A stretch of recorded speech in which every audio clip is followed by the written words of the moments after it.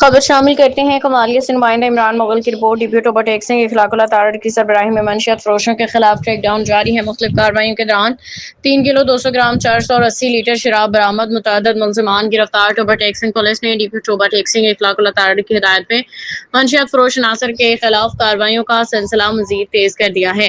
ضلع بھر میں جاری کریک ڈاؤن کے دوران پولیس نے منشیات فروشوں کے خلاف کامیاب کارروائیاں کرتے ہوئے بھاری مقدار میں منشیات اور شراب برآمد کر کے ملزمان کو گرفتار کر لیا۔ تازہ صدر اوور ٹیکسنگ پولیس نے کارروائی کرتے ہوئے چک نمبر 302 جیمبے میں منشیات فروش ملزم تنویر مالک والد مالک سکنا کے چک نمبر 302 جیمبے کو گرفتار کیا۔ قبضہ سے 1260 گرام چرس برآمد ہوئی ہے۔ کارروائی ایس ایچ او تھانہ صدر ٹوبہ علی عمر ایس آئی نے اپنی ٹیم کے ہمراہ کی۔ اس طرح تھانہ سٹی کمالیہ پولیس نے منشیات فروشوں کے خلاف کارروائی کرتے ہوئے 2 ملزمان کو گرفتار کیا۔ اے ایس آئی ملک جاوید اقبال کی کارروائی کرتے ہوئے ملزم علی رضا والظفر اقبال سکنا فتح پور کمالیہ کے قبضہ سے 540 گرام چرس۔ اے ایس آئی ناصر گجر نے کارروائی کرتے ہوئے ملزم احسان کے قبضہ سے 50 لیٹر شراب برآمد ہوئی۔